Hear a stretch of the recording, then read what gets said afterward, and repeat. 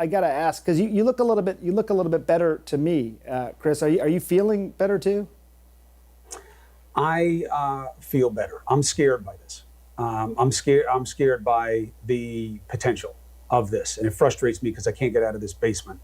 Um, I still have this low grade fever. I can't shake it, and I know everybody tells me it's gradual, it takes time. It's anywhere between 2 to 3.5 weeks, but it is maddening to have this little stupid fever, this 99, 9.5 fever. The body aches are better. My breathing's getting better. It's getting stronger.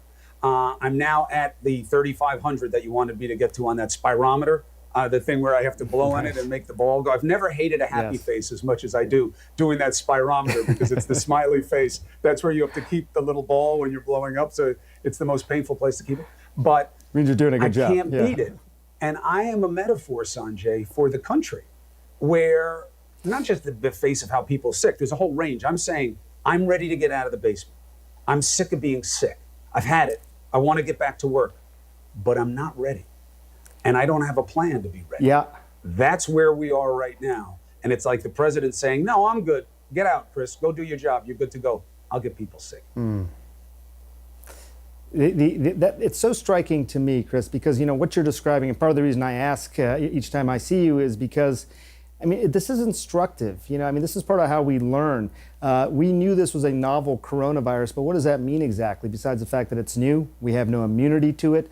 We're all learning together. This is different than SARS, which was also a coronavirus. SARS was not nearly as contagious as this. By the way, Chris, it was a lot more lethal. SARS was probably 10% fatality rate.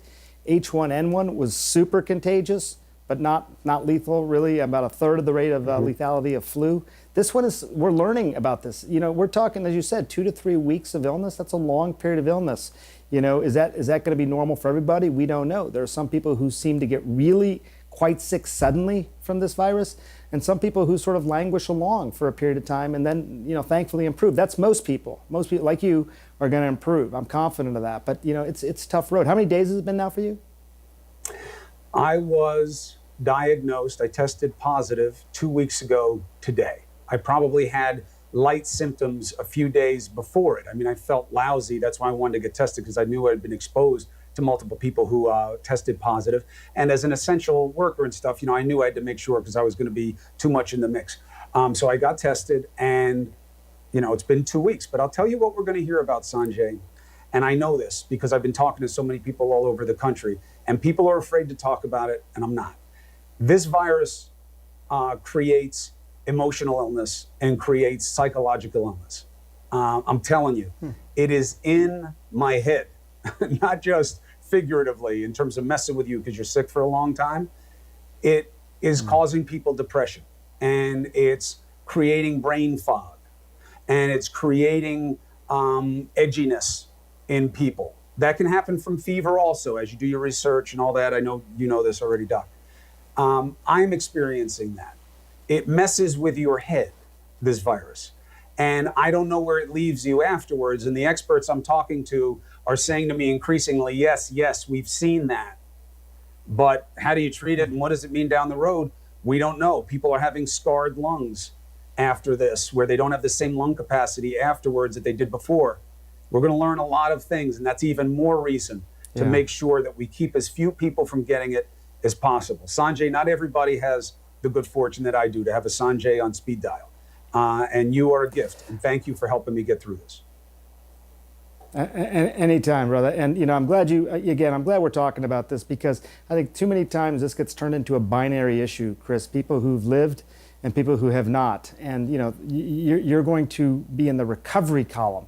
You'll be listed as recovered. But what does that really mean, to be recovered, which is what I think you're driving at, Chris? So I hope you'll keep having me back on, because I want to hear. I'm learning. I really am. I think we all are. So I appreciate it. I'm glad for you to go to school on my bad fortune. No, I'm kidding. Sanjay, you're the best. You are always welcome, and you are a gift to me. Thank you. And now, look, and as Sanjay will tell you all day long, and he's right to tell you, I'm as good as it gets, okay? I have the means. I have the ability to be in a nice place, isolated by myself. I got a wife who is killing herself to take care of me and my family.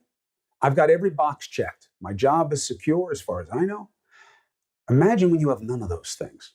It is really important for us to stay connected with what's going on, especially if we're all going to get on board in this great big hurry to create more risk of more cases.